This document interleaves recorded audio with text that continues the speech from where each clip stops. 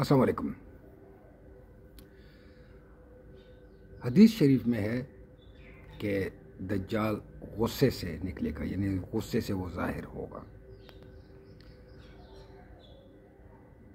ایک وجہ تو میں آپ کو پہلے بتا چکا ہوں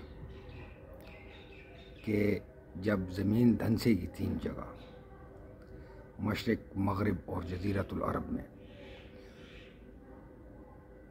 تو جزیرۃ العرب میں جو زمین دھنسے گی اس کا بتا دیا گیا ہے ہمیں حدیث شریف میں، لیکن جو مشرق اور مغرب میں دھنسے گی اس کا نہیں بتایا گیا۔ تو میں نے آپ کو بتایا تھا کہ یہ جو شیاطین الانس ہیں جو دنیا کو کنٹرول کرتے ہیں، ان کی 2 پیرلل حکومتیں ہوتی ہیں، جو جس وقت یہ زمین کی محوری گردش تبدیل کریں گے تو اس وقت یہ جو ارضیاتی تبدیلیاں آئیں گی اس کے ڈر سے یہ زمین کے اندر چھپی ہوئی ہائپس میں، بنائی ہوئی ہائپس میں جا کے چھپ جائیں گے اور وہ دھنس جائیں گی، جیسے کومینو کے وقت میں ہوا تھا کہ ہم نے ان کو غرق کر دیا اور آگ میں ڈال دیا۔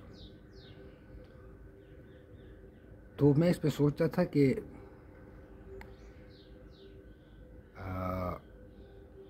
آخر دجال جس کو پتہ ہے کہ میں نے جب ظاہر ہو جانا ہے اور 14.5 مہینے بعد میں نے ہلاک ہو جانا ہے، تو وہ کیوں کر ظاہر ہوگا؟ آخر اس کے غصے کی وجہ کیا ہوگی؟ جو انسان 1.5 لاکھ سال سے قید برداشت کر رہا ہے، قید میں ہے، تو وہ کیوں کر ظاہر ہوگا؟ ایسی کیا چیز ہوگی اس زمین کے دھنسنے کی وجہ سے؟ ایسا کیا ہوگا کہ وہ ظاہر ہونے پر اس کا غصہ اتنا بڑھ جائے گا کہ وہ اس غصے کی وجہ سے اپنی سوچنے سمجھنے کی صلاحیتیں کھو دے گا اور وہ ظاہر ہو جائے گا؟ تو اس کے لیے ہمیں قرآن و حدیث میں جو مجھے سمجھ آئی ہے، 3 جگہ جو زمین کی محوری گردش 3 دفعہ جو زمین کی محوری گردش تبدیل کرنے کی کوشش 1 دفعہ ہو چکی ہے اور 2 دفعہ کی جائے گی، تو ہمیں اس ذرا زمین کی محوری گردش کو تبدیل کرنے کا وہ سمجھنا چاہیے، اس کے طریقہ کار کو سمجھنا چاہیے، تب ہمیں جا کے سمجھ آئے گی۔ تو میں اس معاملے پہ سوچتا رہتا تھا، تو ساتھ میں حضرت تمیم داری کی حدیث پہ بھی سوچتا رہتا تھا، اور پھر گوگل میپ سے ان لوکیشنز کو بھی ڈھونڈتا رہتا تھا، اور پھر جب سورہ نوح کی اس آیت پہ کہ نوح علیہ السلام فرماتے ہیں کہ کاش تمہیں سمجھ ہوتی، یہ کاش ایسا لفظ ہے کہ شاید اس کے راز کھلتے ہی رہیں، اس کے راز کبھی ختم نہیں ہوں گے۔ تو اس کاش نے مجھے کچھ اور چیزیں بھی سمجھائیں، کیونکہ یہ سمجھ جو ہے یہ اللہ تعالیٰ دیتا ہے، انسان کا بس میں کچھ بھی نہیں ہے۔ انسان کا صرف یہ ہے کہ یہ سوچے، غور و فکر کرے، اس غور و فکر کو کوئی منطقی نتیجہ اللہ تعالیٰ ہی دیتا ہے، اور یہ اللہ تعالیٰ کا احسان ہوتا ہے، انسان کے بس میں کچھ بھی نہیں ہے۔ تو اس کاش سے میں سوچتا رہتا تھا، تو ایک تو مجھے یہ چیز سمجھ آئی کہ یہ کبھی بھی اگارتھا کو نہیں کھول سکیں گے، کیونکہ اگر اگارتھا کو کھولیں گے تو یہ 1000 سال کے بیریئر، جو زندگی کا بیریئر جو ہے، یہ اس کو کراس کر لیں گے، جبکہ نوح علیہ السلام نے فرما دیا ہے کہ کاش تمہیں سمجھ ہوگی، یعنی یہ تم یہ نہیں کر سکو گے۔ تو ایک تو اگارتھا نہیں کھلے گا ان سے۔ اگارتھا نہ کھلنے کا سبب جو ہے وہ یہ جو 3 دفعہ زمین کی محوری گردش تبدیل کی جائے گی، اس کی ناکامی ہوگی، اسی لیے اگارتھا نہیں کھلے گا، اور وہ میلوں میل برف کے نیچے اور نہ جانے پھر زمین کے اندر کتنا، وہ چھپا ہی رہے گا، وہ راز چھپا ہی رہے گا۔ اور اس کی ایک وجہ اور بھی مجھے سمجھ آئی اگارتھا کے نہ کھلنے کی، کہ جب دوسری دفعہ زمین کی محوری گردش تبدیل کی جائے گی اور دجال کا 1 دن 1 سال اور دوسرا دن 1 مہینہ اور تیسرا دن 1 ہفتے کے برابر ہوگا، تو اگر اگارتھا کھل جاتا، اگر اگارتھا مل جاتا دجال کے آنے کے بعد بھی، اگر دجال اس کو کھول لیتا، دجال کو اگارتھا مل جاتا، تو پھر تیسری دفعہ زمین کی محوری گردش کو تبدیل کرنے کی کوشش نہ کی جاتی جب سورج مغرب سے نکلے گا۔ تو یہ 3 دفعہ کی کوشش ہے زمین کی محوری گردش کو تبدیل کرنے کی. ایک نوح علیہ السلام کے وقت میں ہو چکی ہے، ایک دجال کے آنے کے وقت ہوگی، اور ایک جب سورج مغرب سے نکلے گا. اب اگر ہم مماثلت دیکھیں نوح علیہ السلام کے وقت میں جو زمین کی محوری گردش کی تبدیلی تھی اور جو دجال کے وقت کے محوری گردش کی تبدیلی ہے، تو اس میں ایک مماثلت ہے. وہ یہ ہے کہ نوح علیہ السلام کے وقت میں جب انہوں نے محوری گردش تبدیل کی تو ان کے جو بڑے تھے، جو سائنٹسٹ تھے، جو کرتا دھرتا تھے، ان کو چونکہ کچھ اندازہ تھا کہ اس محوری گردش کی تبدیلی کی وجہ سے کیا کیا ارضیاتی تبدیلیاں آئیں گی، تو انہوں نے جو زمین کے اندر ہائیوز بنائی ہوئی تھیں ان میں جا کے چھپ گئے. اسی طرح جب دجال کے آنے کے وقت زمین کی محوری گردش کو تبدیل کیا جائے گا تو بھی وہ ان اراضیاتی تبدیلیوں کے خوف سے زمین کے اندر جو ہائیوز ہیں ان میں چھپ جائیں گے.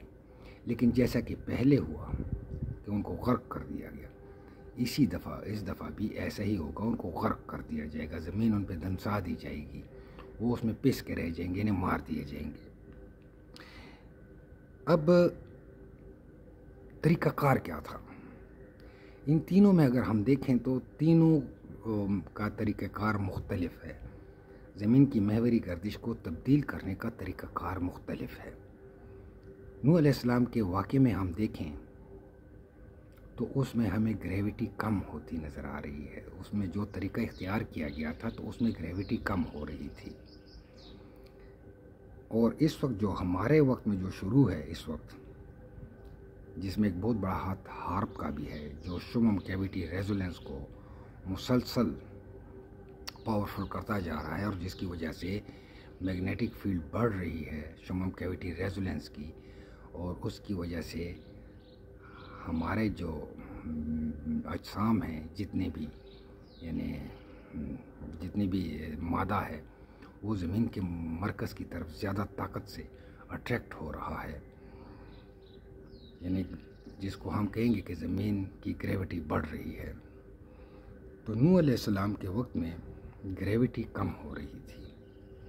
اسی وجہ سے جب ہم اس آیت پہ غور کرتے ہیں کہ زمین کا تندور ابل پڑا، اب چونکہ سینکڑوں سال ہی کہوں گا، جیولوجی کا علم تو ہمیں کچھ 100 سال یا 150 سال پہلے ہی سمجھ آیا ہے. یہ جو 1650 کلومیٹر کی کرسٹ ہے، ہماری جو زمین کی 1650 کلومیٹر کرسٹ ہے، یہ سالڈ ہے، اس کے نیچے لاوا ہے. تو چونکہ ہمیں پتہ نہیں تھا تو ہمارے علماء اس کی جو تشریح کرتے تھے تو وہ کہتے تھے کہ زمین تندور سے چشمے ابل پڑے. اب اگر تندور سے جتنا بھی پانی نکلے تو کبھی بھی زمین کو نہیں ڈبو سکتا.